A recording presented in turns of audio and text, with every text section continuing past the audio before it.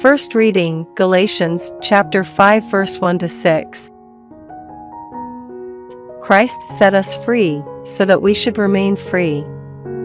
Stand firm, then, and do not let yourselves be fastened again to the yoke of slavery. I, Paul, give you my word that if you accept circumcision, Christ will be of no benefit to you at all. I give my assurance once again to every man who accepts circumcision that he is under obligation to keep the whole law.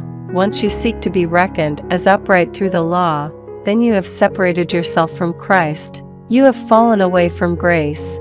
We are led by the Spirit to wait in the confident hope of saving justice through faith, since in Christ Jesus it is not being circumcised or being uncircumcised that can affect anything, only faith working through love.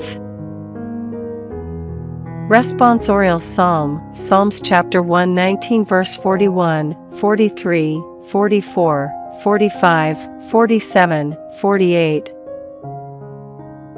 Let your faithful love come to me, Yahweh, true to your promise, save me, do not deprive me of that faithful word, since my hope lies in your judgments. I shall keep your law without fail forever and ever. I shall live in all freedom because I have sought your precepts. Your commandments fill me with delight. I love them dearly. I stretch out my hands to your commandments that I love, and I ponder your judgments. Gospel, Luke chapter 11 verse 37 to 41. He had just finished speaking when a Pharisee invited him to dine at his house.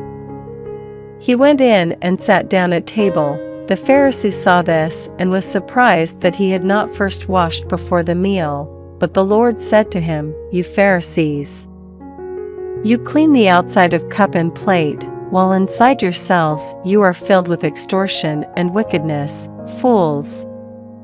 Did not he who made the outside make the inside too? Instead, give alms from what you have and, look, everything will be clean for you.